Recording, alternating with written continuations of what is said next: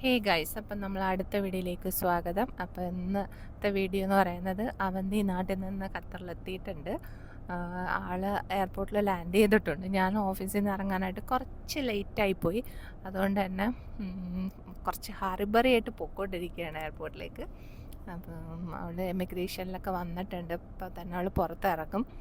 ഞാൻ പക്ഷേ ഇറങ്ങരുതെന്ന് പറഞ്ഞിട്ടുണ്ട്. ഞാൻ വന്നതിന് ശേഷം ഇറങ്ങിയാൽ മതി എന്ന് പറഞ്ഞിട്ടുണ്ട്. ദച്ചു ഇങ്ങനെ ഭയങ്കര സന്തോഷത്തിലിരിക്കുകയാണ് ചേച്ചിയെ വിളിക്കാൻ പോകുന്നതിൻ്റെ. ചേച്ചിയെ കണ്ടിട്ട് ഇപ്പോൾ ഒരു 2 ആഴ്ചയായിട്ടുണ്ട്. ആദ്യമായിട്ടാണ് അവളുടെ ലൈഫിൽ അവൾ ചേച്ചിയെ വിട്ടു പിരിഞ്ഞ് ഇത്രയും ദിവസം നിൽക്കുന്നത്. അപ്പോൾ അതിൻ്റെ ഒരു സന്തോഷമുണ്ട് ദച്ചുവിന്. എന്തായാലും നമുക്ക് എയർപോർട്ടിൽ കാണാം ആ സന്തോഷത്തിൻ്റെ ഒരു കാഴ്ച എങ്ങനെ ആയിരിക്കും എന്നുള്ളതുള്ളത്. ഇപ്പം നമ്മുടെ ദോഹ ഇൻ്റർനാഷണൽ എയർപോർട്ടിൽ ഞങ്ങൾ എത്തിക്കഴിഞ്ഞ്. ഇവിടെ എന്ന് പറയുന്ന ഒരു മിക്സഡ് ഫീലിംഗ് ആണ്. എല്ലാവർക്കും അങ്ങനെ തന്നെ ആയിരിക്കും. അത് ഈ എയർപോർട്ടിലായിരിക്കത്തില്ല, എല്ലാ എയർപോർട്ടിലും അങ്ങനെ തന്നെ ആയിരിക്കും. കാരണം പോകുമ്പോൾ നമുക്ക് ഭയങ്കര സന്തോഷവും തിരിച്ചു വരുമ്പോൾ നമുക്ക് ഭയങ്കര വിഷമമുള്ളൊരു പ്ലേസാണ് എയർപോർട്ട് എന്ന് പറയുന്നത്. അപ്പം നമുക്ക് അവന്തിക്കുട്ടിനെ പോയി പിക്ക് ചെയ്തുകൊണ്ട് വരാം. അപ്പം ഓക്കെ, എനിക്ക് കൊടുക്കാനായിട്ട് ബൊക്കയൊക്കെ മേടിച്ചുകൊണ്ട് വരികയാണ് വെൽക്കം ചെയ്യാൻ വേണ്ടിയിട്ട്. അപ്പം ദോഹയുടെ എയർപോർട്ടിനകമാണ്. ഞാൻ നേരത്തെയും വീഡിയോയ്ക്കകത്തൊക്കെ കാണിച്ചിട്ടുണ്ട്. ഞാനും ദച്ചും കൂടി ചേച്ചിയെ വിളിക്കാനായിട്ട് ഇങ്ങനെ പോവാണ്. ദച്ചു ഭയങ്കര സന്തോഷത്തിലാണ്. എന്നാ ചേച്ചിനെ കാണാമല്ലോ, 2 ആഴ്ചയായി കണ്ടിട്ട്. ഉണ്ട് ഇന്ന് ആള് കുറച്ച് കുറവാണ്. പക്ഷേ ദച്ചുവിനെ വിളിക്കാൻ വേണ്ടിയിട്ട് ഞാൻ ഒരു 3 മണിക്കൂർ ഇവിടെ പോസ്റ്റ് ആയിരുന്നു. പക്ഷെ ഇന്ന് അത്രയും തിരക്കില്ല. അപ്പം നമുക്ക് ഇനി അവന്തിനെ പിക്ക് ചെയ്യാം. ഓക്കെ, അവരവരുടെ പ്രിയപ്പെട്ടവരെ കാത്തിങ്ങനെ നിൽക്കുന്നൊരു നിൽപ്പാണ് ഈ കാണുന്നതൊക്കെ. അപ്പം ഇവരൊക്കെ ഇങ്ങനെ വെൽക്കം ചെയ്യാൻ നമുക്ക് ഭയങ്കര സന്തോഷമാണ്. ഇവരൊക്കെ തിരിച്ചു പോകുമ്പോഴാണ് നമുക്ക് ഭയങ്കര സങ്കടം. അപ്പം കഴിഞ്ഞ പ്രാവശ്യമാണെങ്കിൽ ദച്ചുവും അവന്തിയും ഒരു 6 മാസം എൻ്റെ കൂടെ നിന്നതിന് ശേഷമാണ് തിരിച്ച് നാട്ടിലേക്ക് പോയത്.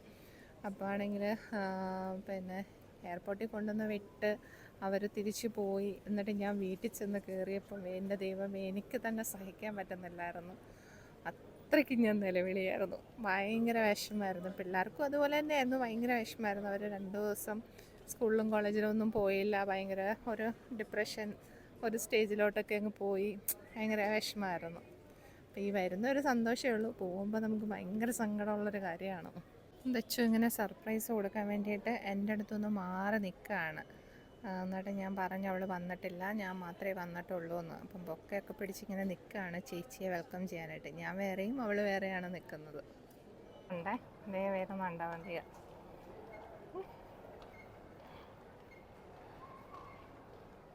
എത്തി.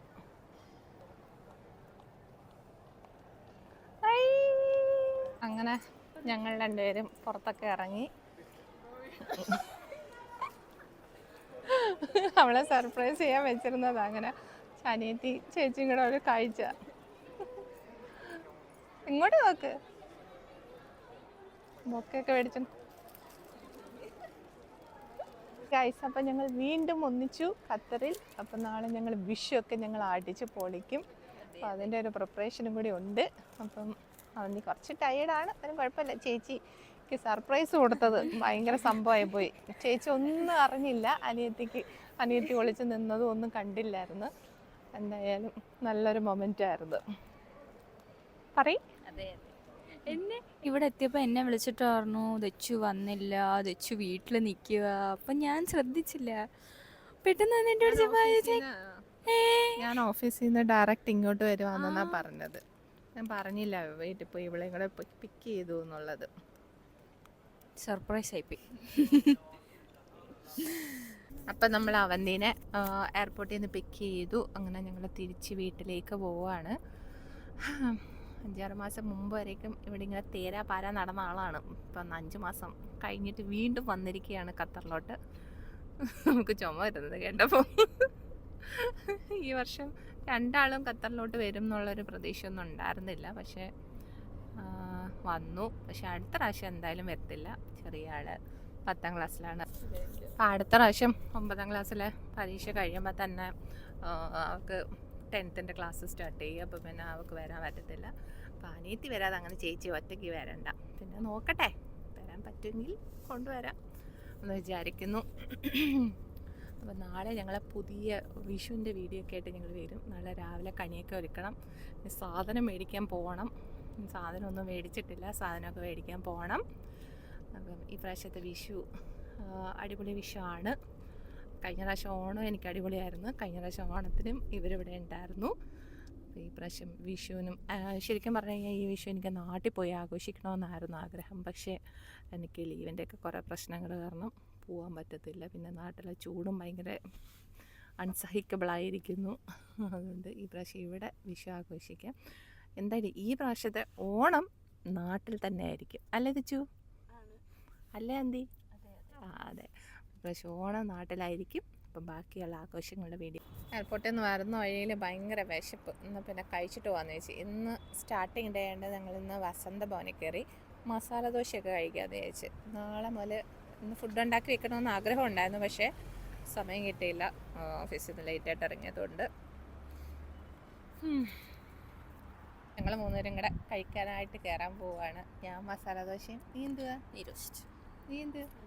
അപ്പം ഞങ്ങൾ 3 പേർക്കും ഓരോ ചോയ്സ്. ഞങ്ങൾക്ക് 2 പേർക്കും ഒരു ചോയ്സ്, ഇവർക്ക് നെയ് റോസ്റ്റ്. അപ്പം ഞങ്ങൾ കഴിച്ചിട്ട് വരാം. Okay, by.